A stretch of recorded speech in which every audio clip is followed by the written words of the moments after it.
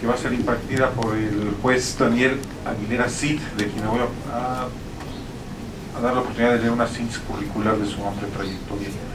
Licenciado en Derecho, egresado de la Universidad de Bajío, tiene maestría en impartición de justicia civil, auspiciada conjuntamente por la Universidad Nacional Autónoma de México, el Poder Judicial del Estado de Guanajuato y la Universidad Iberoamericana de León, y maestría en ciencias jurídico-penales por la Universidad de Guanajuato.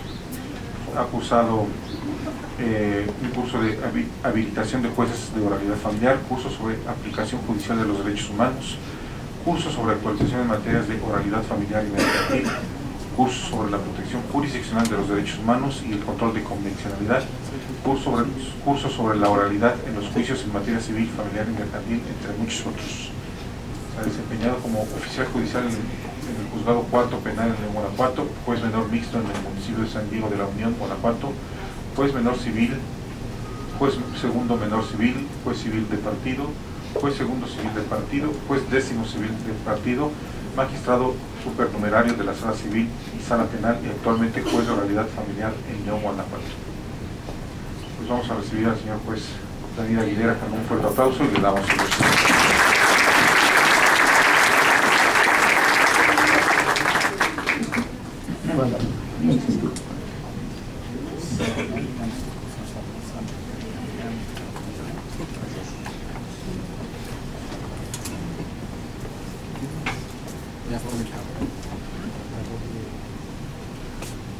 Bien, pues buenas tardes a todos. Para mí es un gusto estar aquí con ustedes. Agradezco la invitación. Comentaremos algunos temas pues importantes en relación con los alimentos. Y por supuesto que no vamos a abarcar todo lo que se refiere a alimentos porque sería un curso exclusivo pues de muchas horas, de muchos días para tratar los alimentos. Vamos a tratar 4 puntos, 4 temas importantes. Vamos a tratar uno que pareciera muy obvio, pero me parece muy relevante. Uno, la suplencia de la queja. Por supuesto, estamos tratando el tema de alimentos y hablaremos de la suplencia de la queja en alimentos, que repito, parece como un tema muy obvio, pareciera como que de él no hay mucho que comentar, pero hay puntos interesantes. Vamos a comentar otro que se refiere a una reforma que ya va caminando en la ley de migración, con la finalidad de que quien no cumpla con la administración de alimentos por 60 días, pues estará impedido para salir del país. Repito, esta es una reforma que va caminando, todavía no está bien cocinada, todavía no está bien publicada, acaba de salir de la Cámara de Diputados. Comentaremos también otro criterio que se refiere a la canasta básica, pues. Me ha tocado ver muchas reposiciones de procedimientos porque se exige, se pide, tratándose de alimentos, un dictamen pericial en trabajo social, y me parece que en muchas de las ocasiones no es necesario, es decir, no en todas es indispensable. Comentaremos ahí una tesis y algunos criterios en relación con la canasta básica.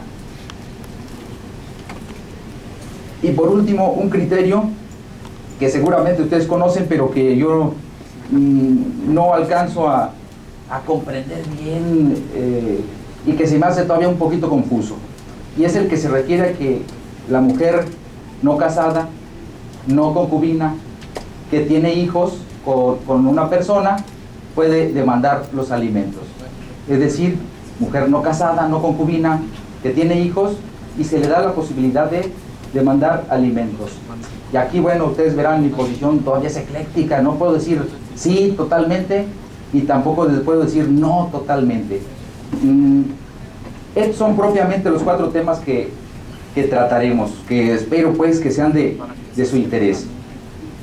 Comenzaremos con la suplencia de la queja, que bueno, ya sabemos que hay varias disposiciones que nos indican la suplencia de la queja en el Código de Procedimientos Civiles, y aquí nada más trato el 236, que se refiere al recurso de apelación, y ahí encontrarán subrayado en negritas que el tribunal, por supuesto, en tratándose de menores o incapacitados, deberá suplir la deficiencia de los conceptos de agravio expresado.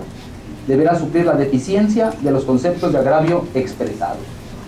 Artículo 796.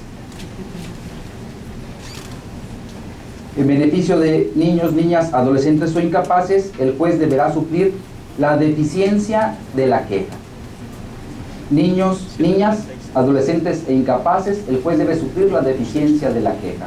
Repito, esto no tiene nada de novedoso, pues. Artículo 897. Solo podrá decretarse la reposición del procedimiento con reenvío al juzgado de origen por ausencia de algún presupuesto procesal esencial o por una violación procesal, siempre que se haya expresado como agravio y que haya trascendido al resultado del fallo, o bien cuando en suplencia de la queja de menores se estime necesario el desahogo de medios probatorios. Estos son los 3 preceptos del Código Procesal del Estado que nos refieren a esta suplencia. Veremos aquí 2 jurisprudencias también muy conocidas por ustedes. Alimentos.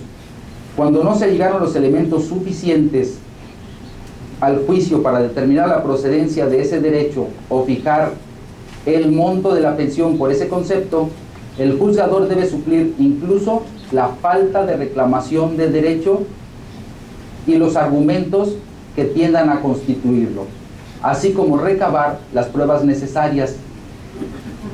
Y aquí nos dice, el juez tiene que suplir la falta de reclamación. Es decir, no hay reclamación, el juez lo debe considerar. Debe considerar también los argumentos y debe recabar las pruebas necesarias. Deberá suplir, aquí lo tenemos en negritas, la suplencia en la deficiencia de los argumentos. Esto se hará cuando la parte actora no lo haya reclamado, cuando no se aporten pruebas o las aportadas no fueren suficientes. Siguiente jurisprudencia. Menores de edad o incapaces, procede la suplencia de la queja en toda su amplitud, sin que obste la naturaleza de los derechos cuestionados ni el carácter del promovente. Y se refiere a omisiones, se dará la suplencia cuando haya omisiones en la demanda, insuficiencia de conceptos de violación y de agravio. Y último criterio, que este no es jurisprudencia, es una tesis.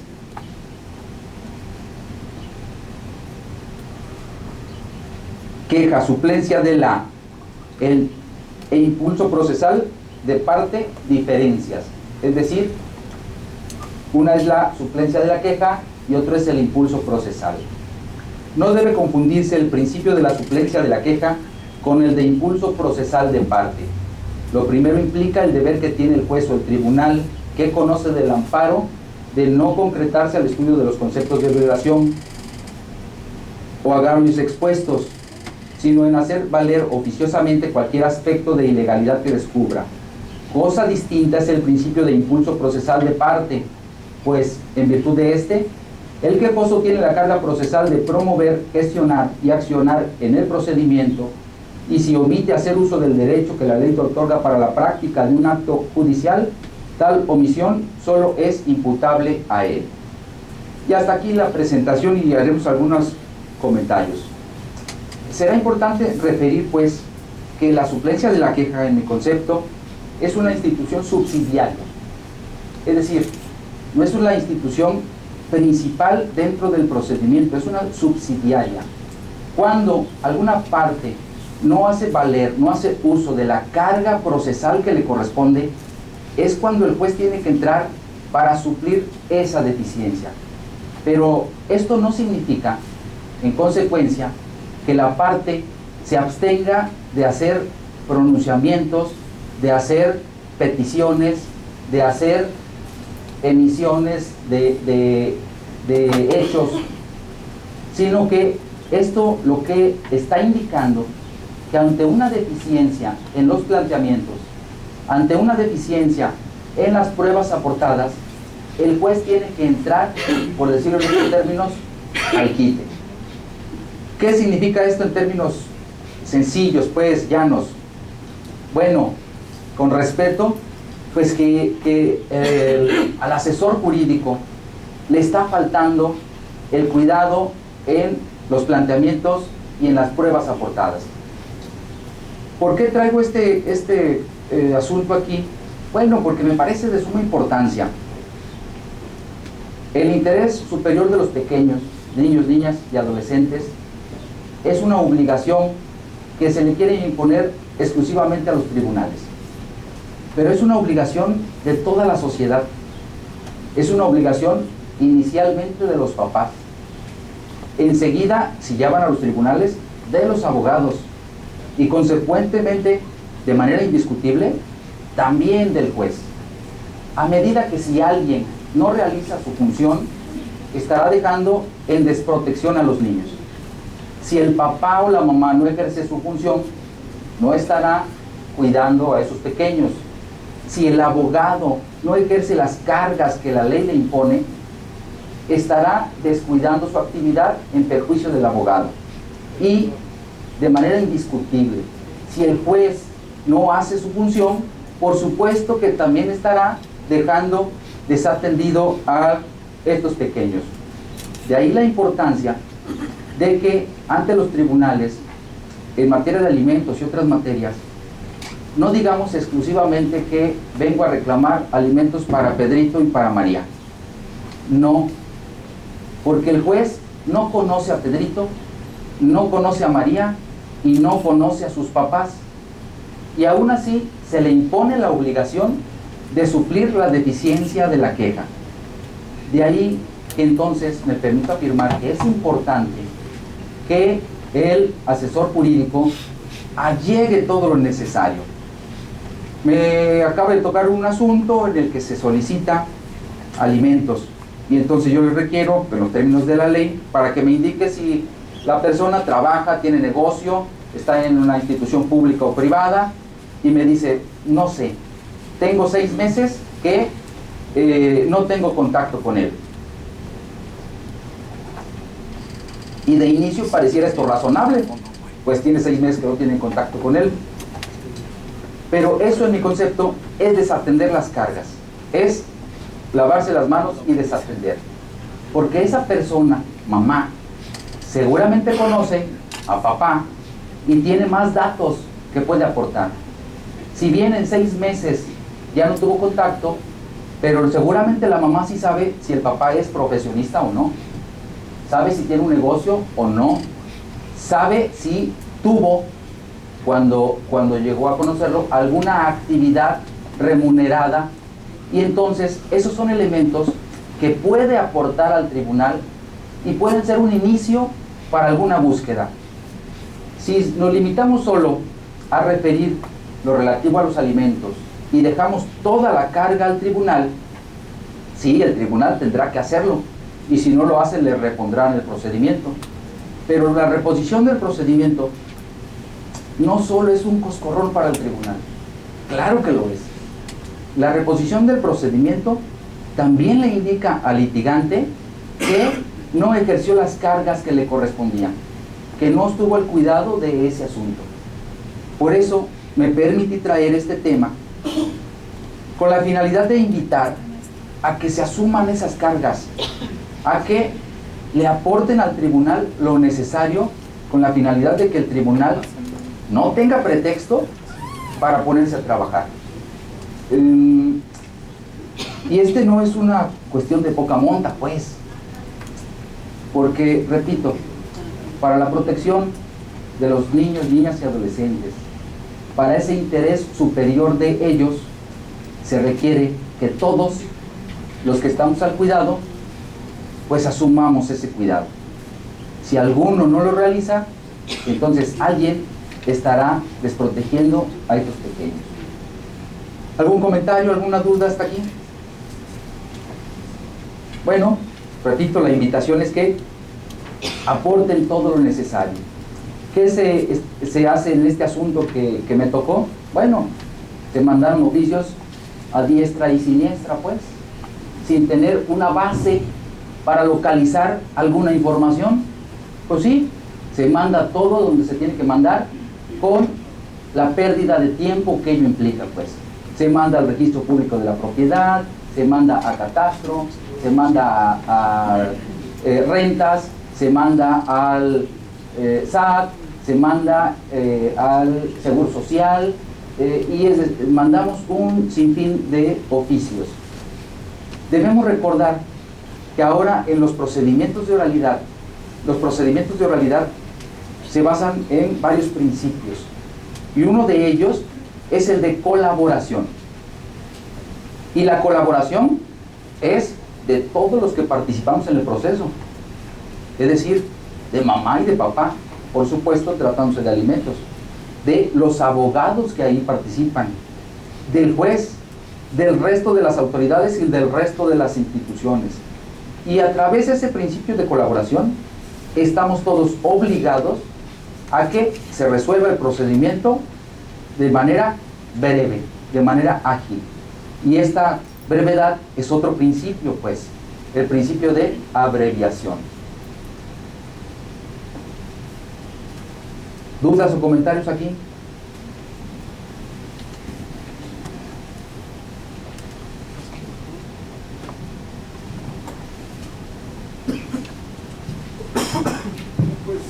Buenas tardes, maestro. Buenas tardes.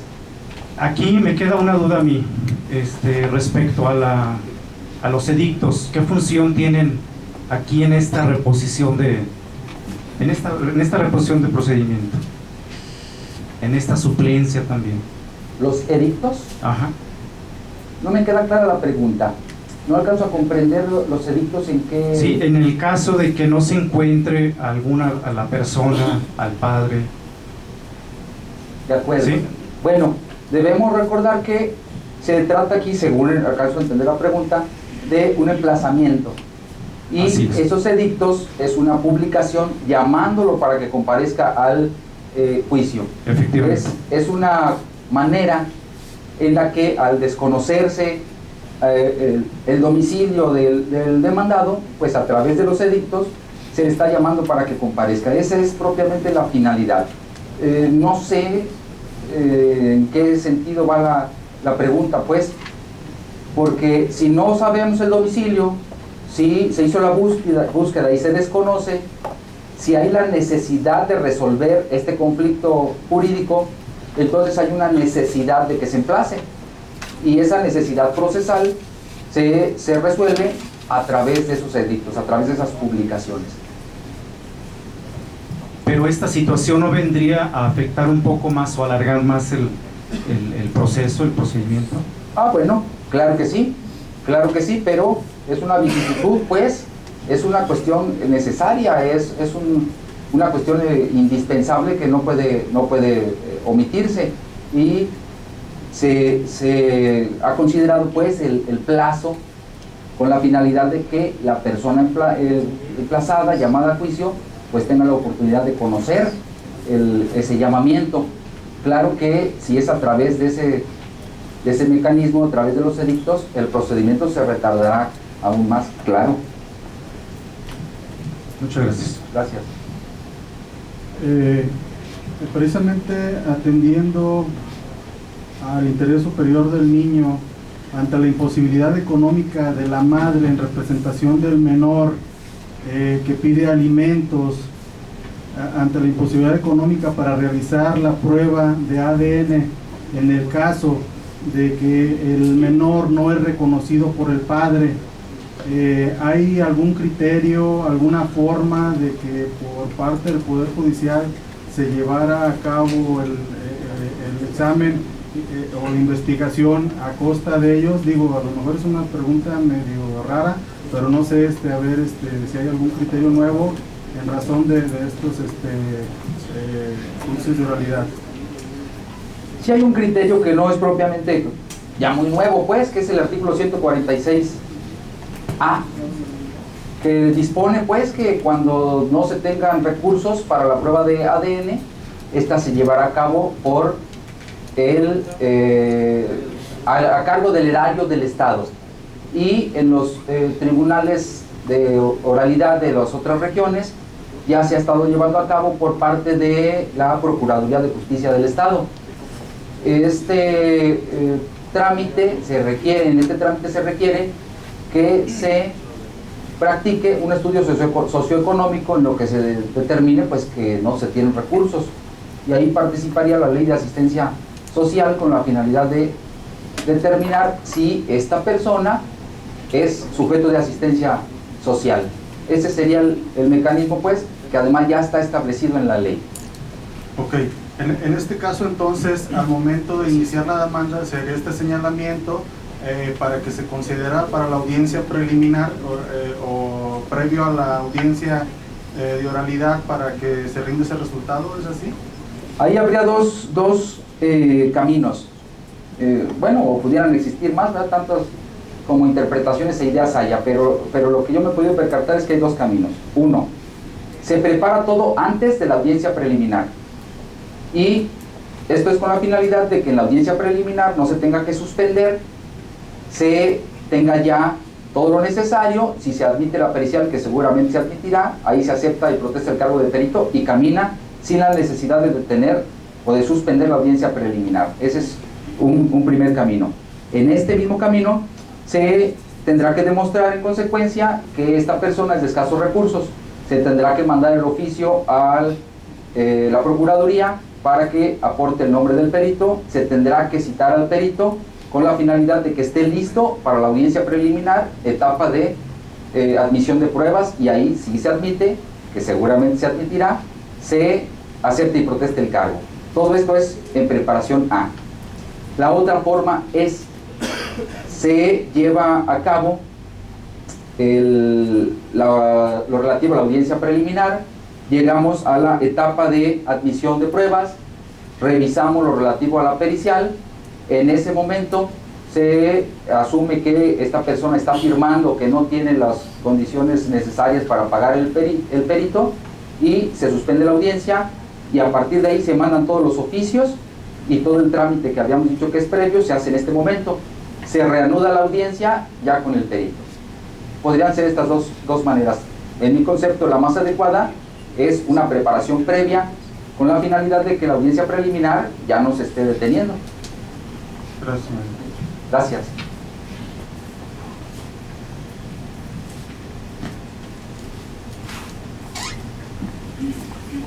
Canasta básica.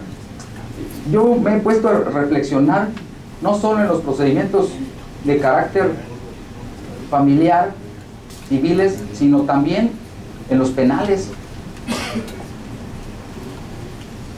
Respecto de las reposiciones del procedimiento. Hay ocasiones en las que la reposición de un procedimiento es más perjudicial para el sujeto, pues, afectado, que el mismo procedimiento camine bajo esas circunstancias. Esto no significa que se permitan violaciones a los procedimientos. No, claro que no. Lo que significa es que la intención es no reponer por reponer, sino que realmente se haga cuando haya necesidad de hacerlo.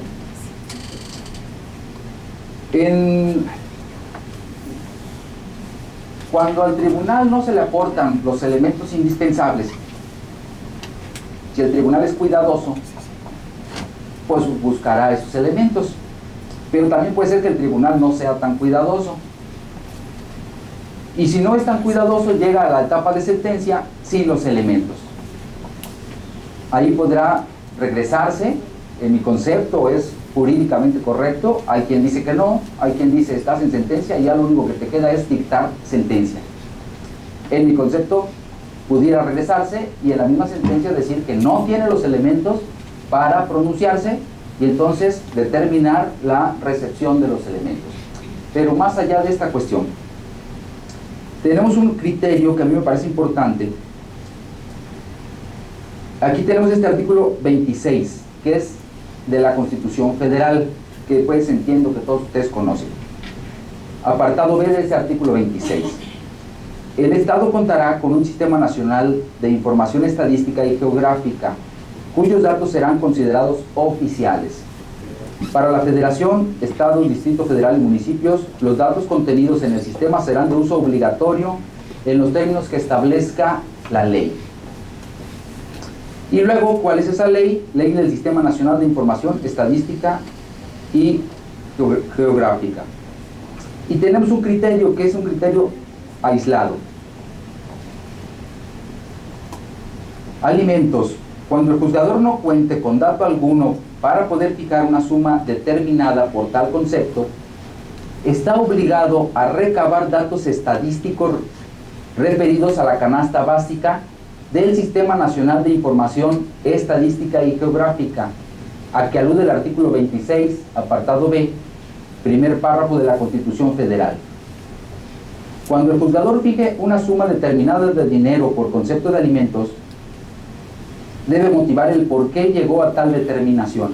Esto es, debe señalar de dónde obtuvo los elementos que lo llevaron a obtener la conclusión de que esa suma es proporcional a las necesidades de los acreedores y posibilidad del deudor, y cubre los rubros atinentes a ese concepto. Pues con independencia de que en el procedimiento respectivo no exista dato alguno del cual se advierta el ingreso del deudor, está obligado a recabar datos estadísticos referidos, por ejemplo, a la canasta básica necesaria para cubrir los rubros de alimentos, educación, cuidados médicos, transporte y esparcimiento dentro del contexto familiar que los rodea, etc., de conformidad con el artículo 26, apartado B, primer párrafo de la Constitución del país, por cuanto dispone que el Estado cuenta con un Sistema Nacional de Información Estadística y Geográfica, cuyos datos serán considerados oficiales y de uso obligatorio para la Federación, Estado, Distrito Federal y municipios en los términos establecidos por la ley. En ese contexto resulta violatoria de la garantía contenida en el artículo 16 constitucional la resolución de la autoridad responsable que sin mayor preámbulo determina una cantidad de dinero por concepto de alimentos provisionales sin exponer razones especiales, razones particulares o causas inmediatas por las que llegó a tal conclusión, etcétera, etcétera. ¿Qué podemos obtener de este criterio? Podemos obtener algo que me parece que se ha explotado poco, y es precisamente esos datos de la canasta básica. Esos datos de la canasta básica los podemos encontrar en la Coneval, que es el Consejo Nacional de Evaluación de la Política de Desarrollo Social. Si ustedes ponen ahí coneval.gov.mx, van a encontrar esta página, y ahí van a encontrar precisamente la medición que se hace respecto de esta canasta básica. Esta canasta se basa en el Índice Nacional de Precios al Consumidor, que a su vez se desprende pues del estudio que se hace en el país de los diferentes alimentos, diferentes servicios, diferentes productos, y de ahí se obtiene una información promedio. Esta información me parece a mí muy relevante en los asuntos de alimentos, porque se puede obtener de ahí, si no específicamente para el caso concreto, para Juanito y para María, cuánto necesita, sí un indicio, sí elementos importantes para de ahí caminar, de ahí partir para saber cuánto se requiere o cuánto requiere una persona. Bajo esta perspectiva, desde mi perspectiva, válidamente el juez podría atender a esta información con la finalidad de resolver los alimentos y cuantificarlos. Debemos incluso recordar que hay disposiciones en el Código Civil y de Procedimientos Civiles que indican que cuando no se tenga la información respecto a los ingresos del deudor alimentario, se establecerá por lo menos un salario mínimo. Si nosotros comparamos ese salario mínimo, que es de 1.800 y fraccioncita, con lo que establece aquí la Coneval, vamos a obtener que es aproximadamente la misma cantidad. Tengo aquí la estadística relativa a septiembre de 2013, en el que la canasta básica en zona rural es de 840.08, en zona urbana de 1186.68. Esto bienestar mínimo, es decir, solo alimentos.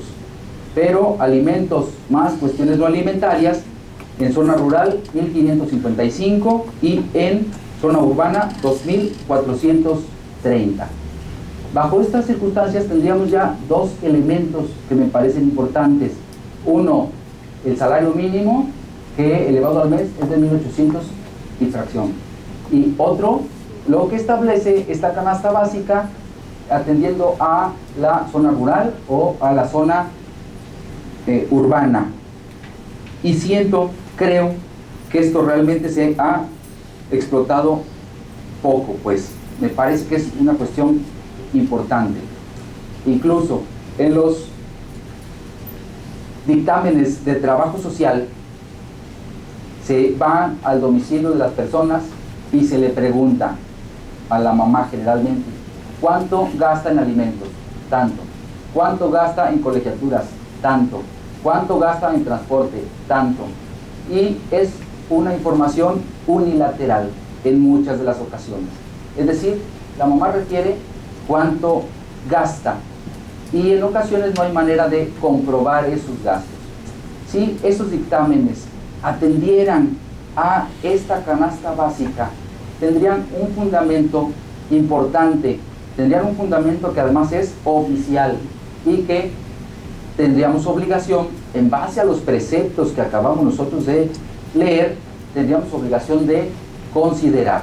Por eso me parece que esto está poco explotado y es una información que necesariamente debe llegarse en los dictámenes de trabajo social, que los abogados pueden allegarlo y que incluso el juez oficiosamente puede bajarlo, porque siendo una página oficial, aun y cuando esté en internet, hay criterio jurisprudencial, pues, que esas páginas oficiales pueden invocarse de manera oficiosa, sin problema.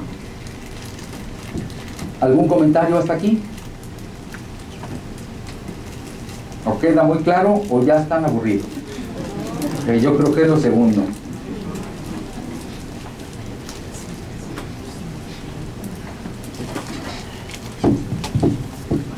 La reforma a la ley de migración. Buenas tardes. Perdón. Gracias.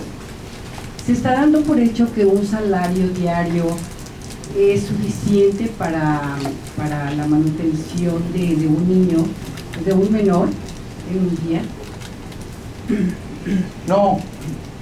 No se está estableciendo eso. Lo que está estableciendo es que ante la carencia de elementos en el proceso para establecer María, Juan, Ricardo, cuánto necesitan, por lo menos se deberá establecer un salario mínimo. Pero lo ideal es que al proceso se allegue lo necesario para establecer cuánto requieren en específico, no cualquier niño, no cualquier persona, sino estos pequeños o esta señora o este señor específicos en este procedimiento. Ok. ¿Sí? Sí, gracias. Gracias.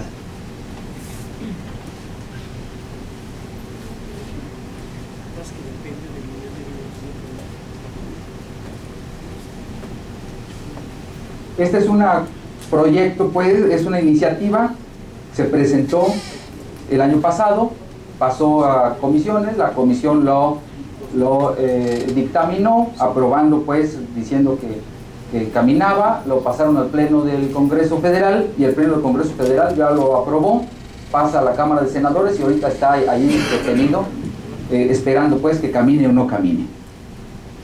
Nos dice: el objetivo de la misma, de la reforma, es impedir que los nacionales que se encuentren en mora en el pago de alimentos salgan del país hasta en tanto no cubran el total de su adeudo. Es decir, esta es la finalidad, este es el objetivo. No has cubierto las pensiones alimenticias, entonces no vas a poder salir del país. Repito, todavía no está reformada la ley. Se basa, y aquí están los preceptos, nos dice: la libertad de tránsito no es un derecho absoluto. no es un derecho absoluto, tiene límites. Y uno de ellos, los preceptos que establecen esos límites, artículo 12 del Pacto Internacional de Derechos Civiles y Políticos y el 11 de la Constitución Política de los Estados Unidos Mexicanos, que este 11 reconoce el derecho de toda persona para entrar en el país, salir de él, viajar por su territorio y mudar de residencia, subordinado a las facultades de la autoridad judicial en los casos de responsabilidad criminal o civil y a las de la autoridad administrativa por lo que toca a las limitaciones que impongan las leyes sobre emigración, inmigración y salubridad general de la República o sobre extranjeros perniciosos residentes en el país. Este artículo 11, conforme a esta iniciativa, dispone pues que no es la libertad de tránsito un derecho absoluto. Lo compara con el artículo, o lo contrapone pues, con el artículo 4º constitucional en lo referente al interés superior de la niñez.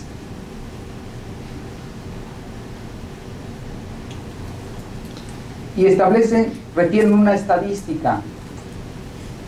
Alrededor del 67% de los deudores alimentarios no cumplen sus obligaciones y 67.5% de madres solteras no reciben pensión alimenticia, lo cual estaría indicando que las medidas legislativas, judiciales y administrativas para evitar este problema han sido insuficientes, en virtud de lo cual considera que la restricción a la libertad de tránsito de los deudores alimentarios nacionales en mora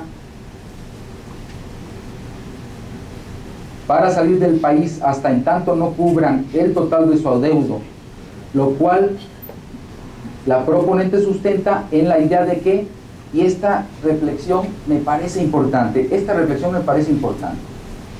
quien se encuentra económicamente imposibilitado para proporcionar el pago de alimentos, también debe estarlo para viajar, por el costo que este último representa, sobre todo tratándose de un viaje internacional, que quienes tienen la necesidad de viajar por motivos de negocios o de trabajo, implica que tienen un ingreso con el cual pueden pagar los alimentos. Este es un argumento pues en el que están basando y dicen, si puedes salir del país, pues entonces podrás pagar los alimentos.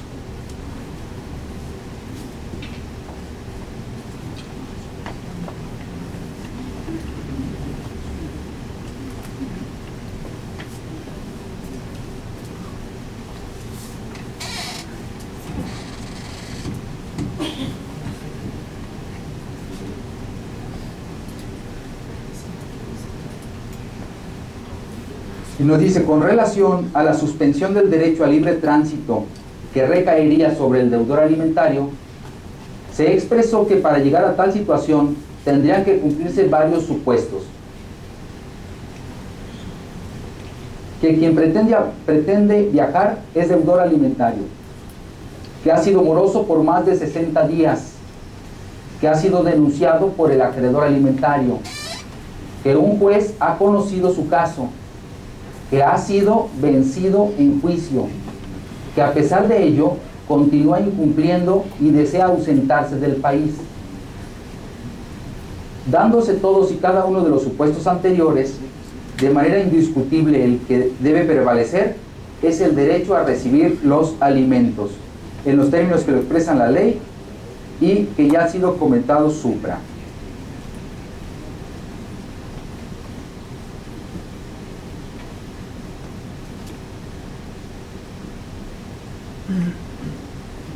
Y bueno, plantean ya aquí cómo quedaría el artículo 48, fracción sexta.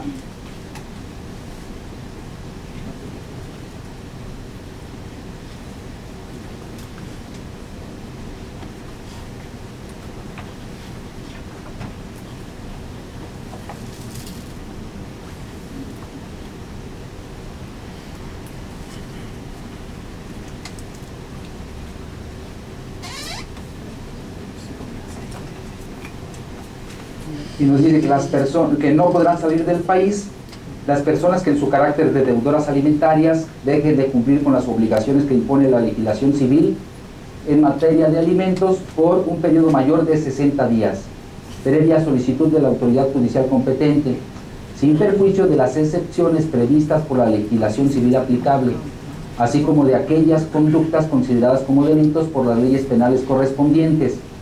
Para efectos de esta fracción y tratándose de extranjeros, el Instituto definirá su situación migratoria y resolverá con base en lo que se establezca en otros ordenamientos y en el reglamento de esta ley. Pasó la comisión, de la comisión pasó a la Cámara y aquí aparece aprobado por 425 votos el 16 de octubre de 2013. Está que está calientita.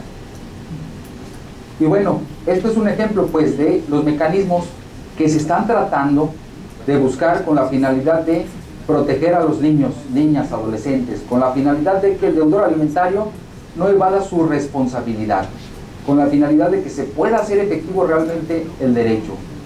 Adelante.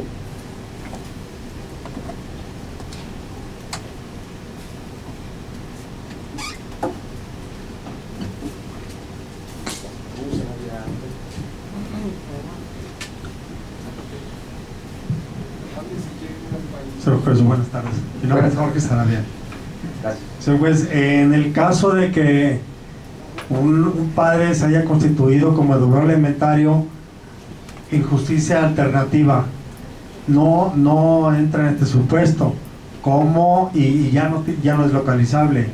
¿De qué manera podría, no sé, de qué manera se le podría ubicar? Digamos, entablando una demanda por incumplimiento de pago de alimentos, si el haberse constituido como deudor alimentario ante justicia alternativa tiene algún compromiso judicial, digamos, ¿no? Bueno, primero debemos recordar que esto todavía no está, apenas está en el proceso legislativo, ¿verdad? Apenas está en el proceso legislativo, sería uno. Segundo, debemos recordar también que los acuerdos que se toman en justicia alternativa se elevan a categoría de cosa juzgada por el subdirector del Centro Estatal de Justicia Alternativa. Esto significa que se equipara a sentencia. Esa sentencia, equiparada por supuesto, para hacerse efectiva, se debe acudir ante los tribunales con la finalidad de que en la vía de apremio, es decir, solo para la ejecución, ahí se puede seguir el camino de un juicio ejecutivo, pero también se puede seguir el camino que en mi concepto es más correcto y más ágil, solo de ejecución. Esta sería la vía de apremio. A través de ese camino pues se solicita al juez lo necesario para ya ejecutar esa sentencia, y dentro de esa ejecución, con este fundamento, si es que llega a ser ya a tener vigencia, se podría solicitar pues también que se le impida salir del país, porque, repito, esos convenios son equiparables a cosa juzgada. Gracias. Gracias.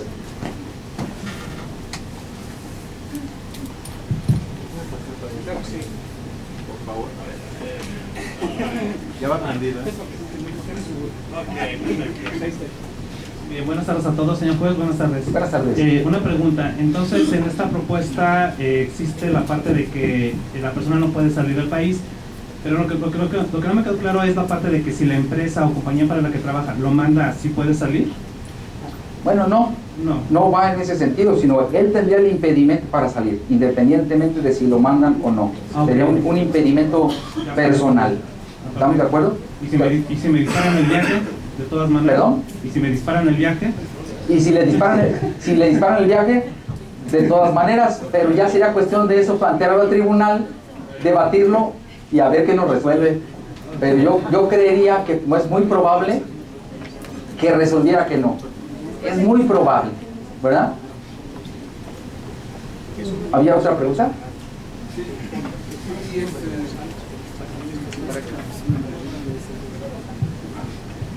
No, pues, buenas tardes. Buenas tardes.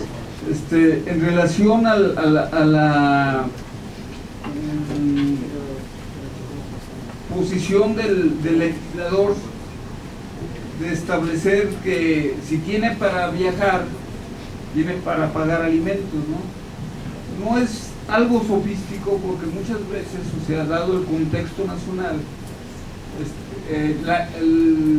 quien sale del país como bracero a trabajar al extranjero, generalmente anda pidiendo prestado, vendiendo las vaquitas, vendiendo entonces a mí se me haría un poco sofístico de manera general, ¿no?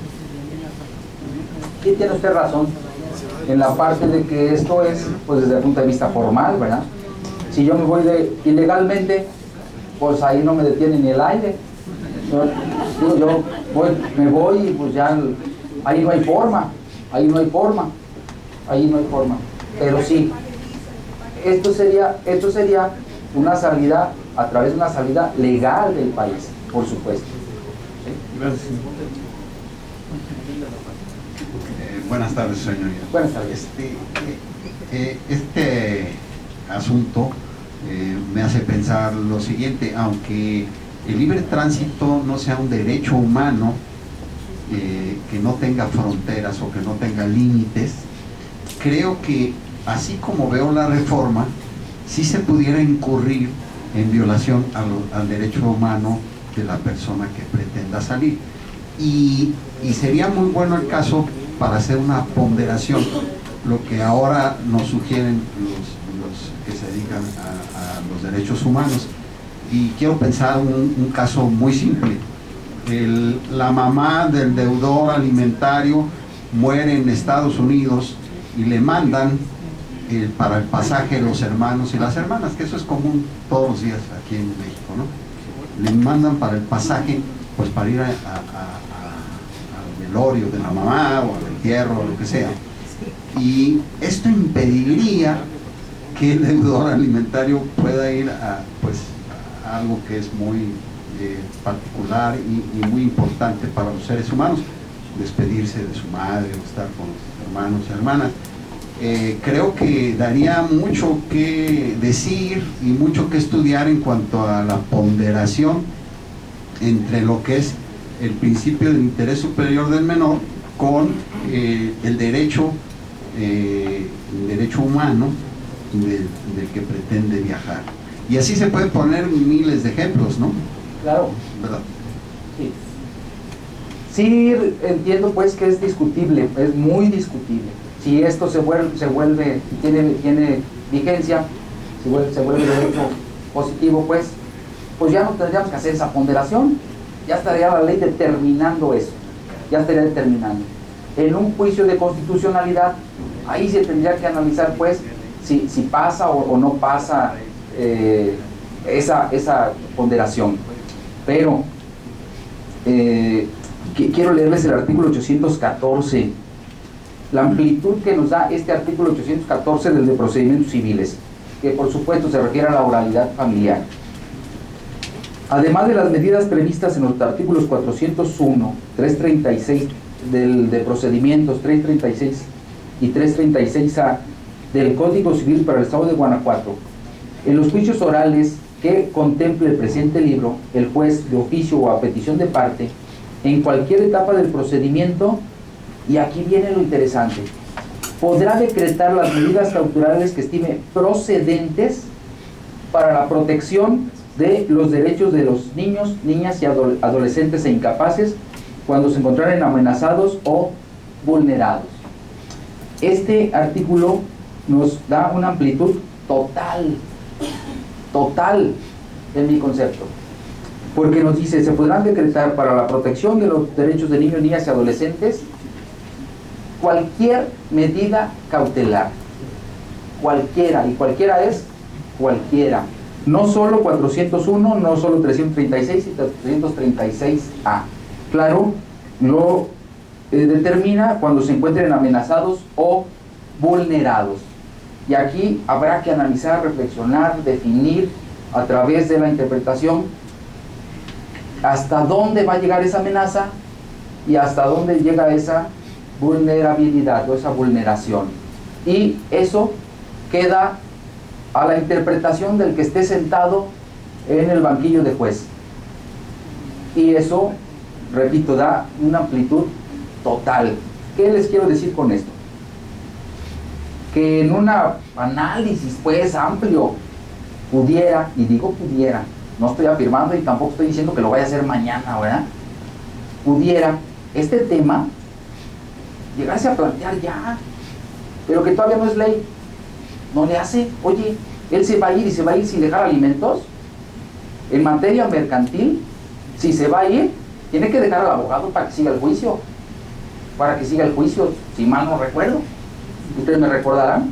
Y entonces aquí se va a ir y no va a dejar los alimentos. No sé, tampoco le estoy diciendo que lo planteen ni que se los vayan a resolver ya y les vayan a decir que sí, no, pero son argumentos, son nuevos argumentos, nuevas circunstancias que se tendrán que analizar y se podrán plantear ante los tribunales. ¿Qué resolverá el tribunal? ¿Quién sabe? Tendrá que hacerse esa ponderación y tendrá que decir, a ver, híjole, no lo voy a dejar ir, esta es una medida, no lo voy a dejar ir, voy a impedir que se vaya, porque aquí parece que me da la amplitud para decretar cualquier medida, cualquiera. Claro, que tendrá que ejercer esa facultad con total prudencia, ¿verdad? Con total prudencia. En el caso, se va a ir 3 días, él vive en Reynosa y se va a ir 3 días a Macanes, solo le va a pedir que vaya, que salga. El micrófono no se escucha. Es discutible, muy discutible. Sí. Buenas tardes, señor juez. Buenas tardes. En relación a lo mismo, cuando son trabajadores migrantes y la situación económica por lo que pasa en Estados Unidos en este momento, y hay muchos que se vienen esperando que los manden llamar y volverse a regresar a trabajar, en el periodo de tiempo que no tienen dinero, posiblemente los demanden. Y va a llegar el momento en que, como usted dice, puede llegar el momento que dice, no puede salir. Entonces me está restringiendo mi derecho a trabajar y tener un ingreso para cumplir con mi obligación. Allí, ¿qué carácter se tomaría por parte de la autoridad? ¿Sabe cuál es la respuesta? ¿Quién sabe? ¿Por qué? Porque ahí ya estaría planteando la vulneración a 2 derechos importantes, ¿no? Libre tránsito y el derecho al trabajo.